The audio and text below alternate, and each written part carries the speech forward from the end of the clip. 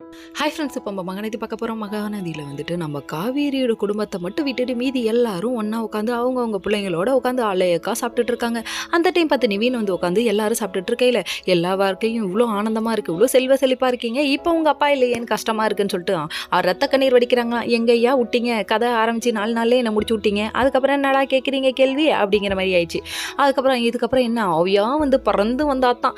அதுக்கப்புறம் நம்ம காவேரி என்ன சொல்கிறாங்க, அப்பா நம்ம கூட தாம்மா இருக்காங்க. ஆமாங்க, உன் டேரக்டர் சார் சொன்னால் இறங்கிடுவாங்கன்னு சொல்லிட்டு ரியாக்ஷன் வேறு மாதிரி இருக்குது.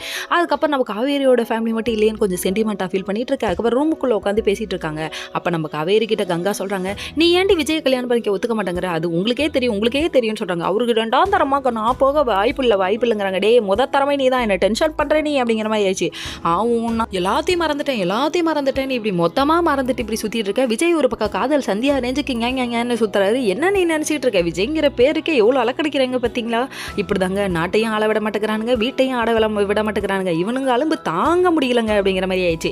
அதுக்கப்புறம் நம்ம காவேரி ஒரு பக்கம் சொன்னதுக்கப்புறமா யாரை பற்றி யோசிக்கிறாங்க, அந்த டைரியை எடுத்து படிக்கிறாங்களாமா. படி நல்லா படித்தா மட்டும் உனக்கு ஞாபகம் வரப்போதானே, உனக்கெல்லாம் 20 வருஷம் இல்லை 50 வருஷம் ஆனாலும் கோமால இருந்து நீ தெரிய மாட்டேன் அப்படிங்கிற மாதிரி ஆயிடுச்சு.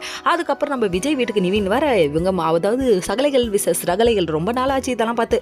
அதுக்கப்புறம் இவங்க 2 பேர் வந்து குழந்தைய பார்த்துட்டு அதுக்கப்புறம் இவங்க ட்ரிங்க்ஸ் பண்ணிட்டு பார்ட்டி என்ஜாய் பண்ணுறாங்க. நான் உங்களுக்கு சேர்த்து வைக்கிறேன் நிவின் வாக்கு கொடுக்குறாரு. Okay friends, next